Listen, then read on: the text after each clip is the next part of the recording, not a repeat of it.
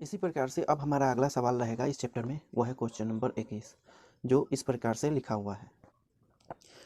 शीशे शीशे के किसी गोले को पिघलाकर उसकी छोटी छोटी गोलियां बनाई गई हैं, जिनकी त्रिज्या गोले की त्रिज्या की आधी है। छोटी कितनी गोलियां बनेगी? सभी छोटी गोलियों के संपूर्ण पृष्ठ का गोले के संपूर्ण पृष्ठ से अनुपात मालूम कीजिए। अर्थात इस प्रश्न में हमें बताया जा रहा है कि एक बड़ा सा शीशे का गोला है, ठीक ना, और उस गोले को पिघला करके छोटी छोटी गोलियां बनाई जाती है, ठीक। तो यहाँ पर ये छोटी गोलियां कितनी बनेगी उसकी संख्या हमें प्राप्त करनी है। फिर आगे इसी प्रश्न में बताया जा रहा है कि जितनी भी छोटी छोटी गोलियां बनेगी सभी का संपूर्ण पृष्ठ और वो जो बड़ा गोला है उसका संपूर्ण पृष्ठ दोनों का अनुपात हमें प्राप्त करना है, ठीक। तो यहाँ पर हम इसे मान लेंगे कि एक गोला है इस तरीके से, ठीक ना, इस प्रकार से गोला है, ठीक। और इसकी त्रिज्या क्या मान लेते हैं? आर मान लेते हैं, इस तरीके से, है ना। और इसी गोले को पिघला करके छोटी छोटी गोलियां बनाई जाती है इस प्रकार से, ठीक है ना। इस प्रकार से छोटी छोटी गोलियां बनाई जाती है। अब ये गोलियां कितनी है यही संख्या हमें प्राप्त करनी है, ठीक। तो मान लेते हैं इतनी छोटी छोटी गोलियां कितनी होगी, n गोलियां बनाई जाती है। ये जो गोला है इसकी त्रिज्या नहीं दी गई है तो इसकी त्रिज्या को हम r मान करके चलेंगे, ठीक। और इससे जो छोटी छोटी गोलियां बनाई जा रही है ना उसकी त्रिज्या इस पहले गोले की त्रिज्या की आधी है। यानी अगर इसकी त्रिज्या r है तो इसकी त्रिज्या हमें बताई जा रही है कितना, r/2, ठीक ना, r/2, ठीक। इसकी त्रिज्या कितनी होगी, त्रिज्या लिख देते हैं यहाँ पर, त्रिज्या है r/2। अगर इसकी त्रिज्या हम r मानते हैं तो इसकी त्रिज्या r/2 है, ठीक ना। तो ये कितनी होगी छोटी छोटी गोलियां, इसकी संख्या पहले हम प्राप्त कर लेंगे, ठीक। तो यहाँ पर लिखेंगे माना r त्रिज्या वाले गोले से r/2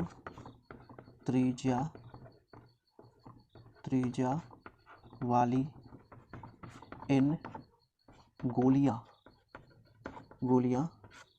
बनाई जाती है, ठीक ना। r त्रिज्या वाले एक गोले से r/2 त्रिज्या वाली n गोलियां बनाई जाती हैं, ठीक ना, n गोलियां बनाई जाती हैं। तो ये जो बड़ा गोला है उसका आयतन इन सभी छोटी छोटी गोलियों के कुल आयतन के बराबर होगा, है ना। तो यहाँ पर लिखेंगे चूंकि n छोटी गोलियों का आयतन बराबर बड़े गोले का आयतन, इस प्रकार से। तो n छोटी गोलियों का आयतन जो हम निकालेंगे वो कैसे निकालेंगे, एक गोली का आयतन निकाल लेंगे और उसे n से गुना कर देंगे, ठीक ना। लिखेंगे n गुने एक छोटी गोली का आयतन, ठीक।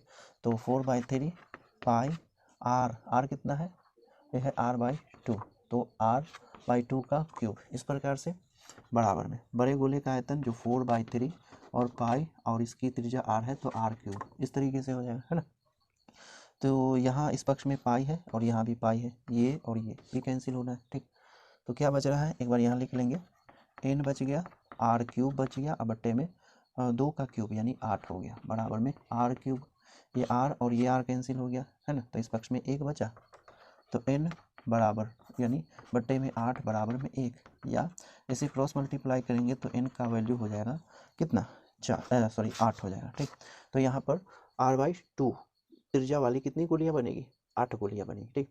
अब हमें क्या करना है कि इन सभी 8 गोलियों का संपूर्ण पृष्ठ का क्षेत्रफल, है ना, और इस गोले के पूर्ण पृष्ठ के क्षेत्रफल का अनुपात चाहिए, ठीक। तो यहाँ पर सेपरेट कर लेंगे इस प्रकार से और लिखेंगे दोनों के क्षेत्रफलों का अनुपात। अब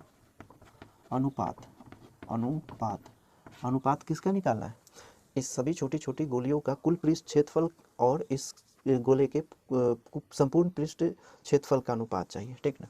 तो ये अनुपात इस प्रकार से होगा, लिखेंगे, यहाँ लिख लेते हैं अनुपात, यहीं पे जगह है, लिख लेते हैं बराबर इन गोलियों का क्षेत्रफल यानी संपूर्ण पृष्ठ का क्षेत्रफल कहना है ना। तो इसीलिए n गोलियों का क्षेत्रफल, ठीक, या संपूर्ण पृष्ठ क्षेत्रफल आप लिख सकते हैं, और बट्टे में बड़े गोले का क्षेत्रफल, बड़े गोले का संपूर्ण पृष्ठ क्षेत्रफल। अब गोला है तो पूर्ण पृष्ठ का ही क्षेत्रफल निकलेगा ना, आधा तो निकलेगा नहीं, है ना, तो क्षेत्रफल।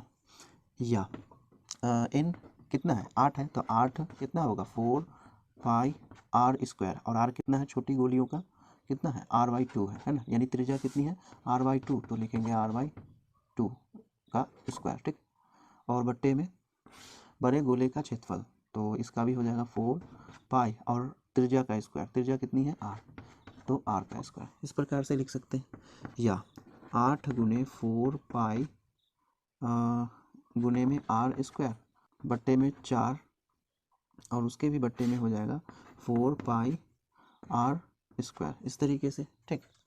तो ये कितना हो जा रहा है, ये पाई से पाई कैंसिल हो जाएगा, फिर ये 4 पाई से 4 पाई कैंसिल हो जाएगा, ठीक ना, और ये 4 एकम 4 और 4 दूना 8, तो अनुपात ऊपर में कितना आया 2 और नीचे में कितना आया 1, इसीलिए अनुपात हो जाएगा 2:1, है ना।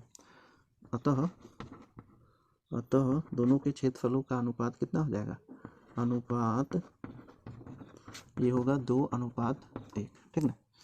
तो दोनों के संपूर्ण पृष्ठ क्षेत्रफलों का यानी n छोटी छोटी गोलियों के संपूर्ण पृष्ठ का क्षेत्रफल और बड़े गोले के संपूर्ण पृष्ठ के क्षेत्रफल का अनुपात कितना हो जाएगा 2:1, ठीक ना।